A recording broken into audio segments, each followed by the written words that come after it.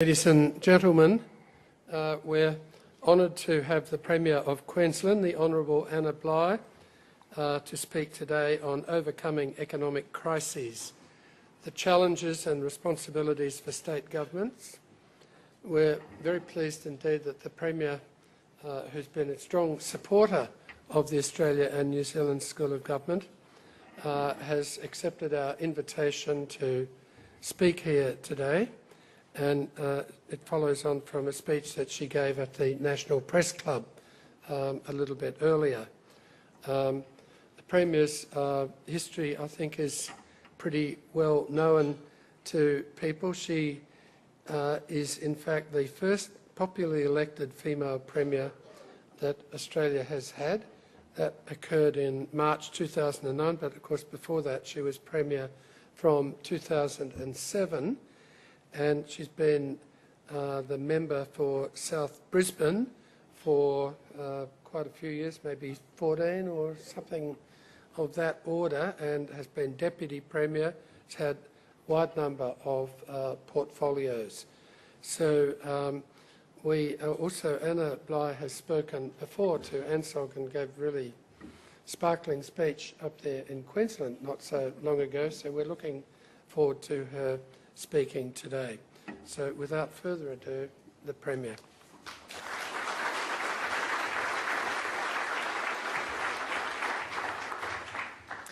Thank you very much, Alan. It's great to be back at another ANZSOG event, and I congratulate ANZSOG on the work that it's doing to improve public administration and to build capacity in people right across government and all levels of government as we confront as a nation some of the big challenges, because it's those people that you're working with that are going to be so instrumental in shaping the country's response to those challenges. So well done on another year of success, and look forward to hearing more. I understand that the overall theme of your conference this year, not surprisingly given the circumstances that we find ourselves in as a nation, is governing and managing in times of crisis. I'm sorry I wasn't able to be with you at dinner last night. I understand that Paul Kelly indicates that politicians find crises more exciting than sex. I can only question what sort of sex Paul Kelly might have had, or maybe what sort of crises he's had. It's not my personal experience of either, I have to say. However, I think and I wasn't privy to all of his speech, but I suspect that he was making the point that is often made in one way or another about crisis, and I think one way of capturing that is reminding ourselves that the Chinese symbol for crisis is in fact not one but two symbols, Wei, which means danger or peril, and Ji, which means opportunity or crucial point. And that within every crisis is an opportunity and a potential turning point where you can take the learning and the experience and turn it into the opportunity to take an issue or a place forward. So I think I wanted to reflect a little bit on that in relation to two areas that we're currently grappling with in Queensland. Firstly, the impacts of the global financial crisis. This is a crisis with only one precedent in the last 100 years, so it's something that doesn't come along every day. The magnitude of it has been well documented. What it means in my state is a revenue drop of $15 billion over the next 4 years, because it has impacted so savagely on those parts of state government revenues, those parts of revenue that state governments are dependent on. Areas like the GST, because spending is down, property taxes because the construction and property market is in free fall, and areas in my state like royalties where world trading partners have been in serious recession. So when you have a dramatic decline in revenue at any time, in any business, in any family or in any level of government, you've got a serious crisis on your hands, because you have obligations and things that are not negotiable that you have to keep doing. In my state, that's been even further compounded by the fact that we have the largest building program and the largest population growth in the country. So I guess it seems self-evident, but obviously the very first thing that you have to do if you want to address the peril that is before you is to have a very clear strategy and to make sure that the resources of the organisation firstly understand what the strategy is, and secondly direct their resources and their energy and their focus to that strategy. We've essentially said we're going to deal with this in our state by adhering to 4 pillars of policy. And the first is that we are going to make our building program the single biggest priority of the budget and of government activity. And that means you have to take some tough decisions if you want to protect it and quarantine it from any cuts or any delays. It is, as I said, the country's largest, $18.2 billion, securing 127,000 jobs. Without it, we would be experiencing unemployment of over 10%. So it is an absolutely critical plank to our economic strategy going forward, not only because of the economic stimulus it is creating now, $18 billion in an economy like Queensland's very significant, not only because of the jobs that it's creating, but just as importantly because it is transforming my state. It is building new hospitals that will provide services to people who currently have to travel thousands of kilometres to get those services, like oncology. It is building, for example, 240 new kindergartens, because in Queensland we have just over a third of our 4-year-olds with access to a kindergarten program, compared to more than 90% in Victoria. It's an old legacy from the last century where early childhood investment was not a priority. We've recently put in place a new year of school, at the prep year, which brings Queensland kids for the first time in 50 years into line with the same years of schooling as every other child. We've now taken the next step down at the kindergarten level.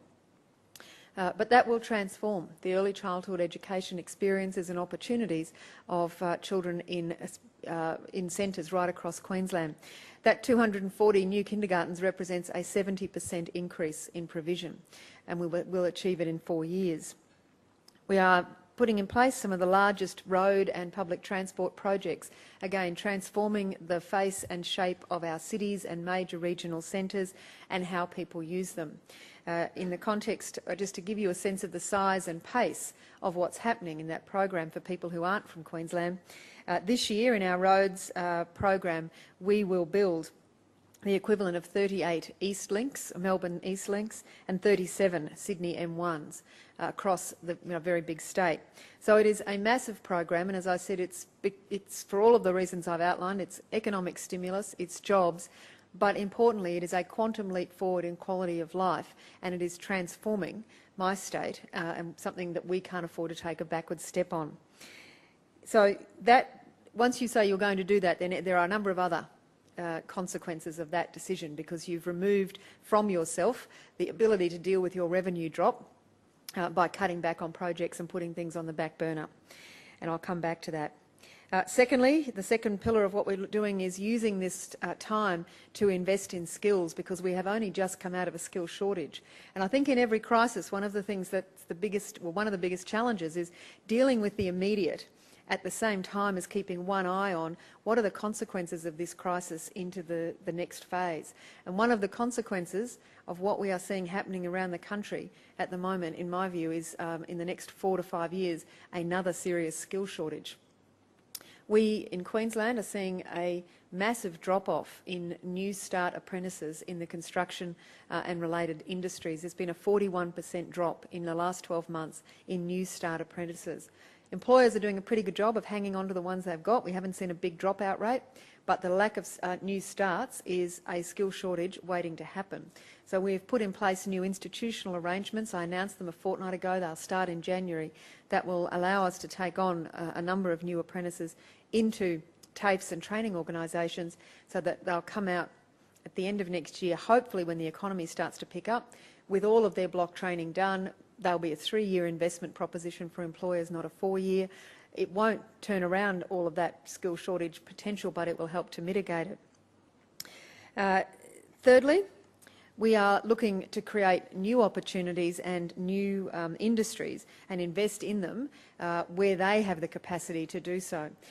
while we know that there are some parts of the economy that are absolutely dependent on what happens in the rest of the world, the coal sector, for example, we know that the construction sector is not going to come back into a significant growth period, particularly in large industry areas such as the commercial and the retail sector, until there is some return of confidence to the credit markets. But we also know that there are major companies looking to open up new industries like liquefied natural gas. And so we've made decisions to put in place resource assistance and common user infrastructure and approval accelerations, so that where we've got industries that can be investing, while some of our traditional ones have taken a step back, that we make sure that we're maximising that potential. I wanted, in the context of talking about diversifying our economy, to just talk, to go off sheet for a moment and respond a little bit to what I understand the Prime Minister announced yesterday. As I understand it, what he's outlined is a vision that Australia should aspire to have the equivalent of a Kennedy School of Government, that this is something that we should be thinking about to see a significant uplift in qualifications and skills in public administration. I think it's instructive to look at what Queensland has done in relation to our Smart State agenda by way of changing the way we do things and what can be achieved when you invest money and you focus your effort. That's been over the last 9 to 10 years, we have put significant new funds into growing our research and scientific capacity, particularly in the area of medical and biotechnology research. As a result of that, we now have, over the last 10 years, we have developed 36 new research institutes, most of them associated with one or more of our universities. And in that same time, we have lifted the number of people who are working in the science and research areas from 8,000 to 18,000. It is the single biggest jump anywhere in the country over that period, and we are now ahead of New South Wales, having been less than half of them 10 years ago. So I say that, I suppose, because I think my understanding of what the Prime Minister is proposing and the potential for the ideas he outlined yesterday, that you could do something similar in the area of public administration and social sciences and do it on a national basis. I think there's much to be said for that, Queensland, and I think you'll find other jurisdictions would be enthusiastic about being part of a national effort. And I think now is the right time for us to be looking, in the same way that states like mine and Victoria have really had a very long focused effort into the physical and biological sciences, that the social science areas that consume so much of government administration effort and budgets, we could certainly look at growing our capacity in that area. So I think that's a very optimistic, that's a very positive proposal that I'm very enthusiastic about. And fourthly, we've also identified that at times like this, government just has to step in and do some of the traditional things we've always done, and that's develop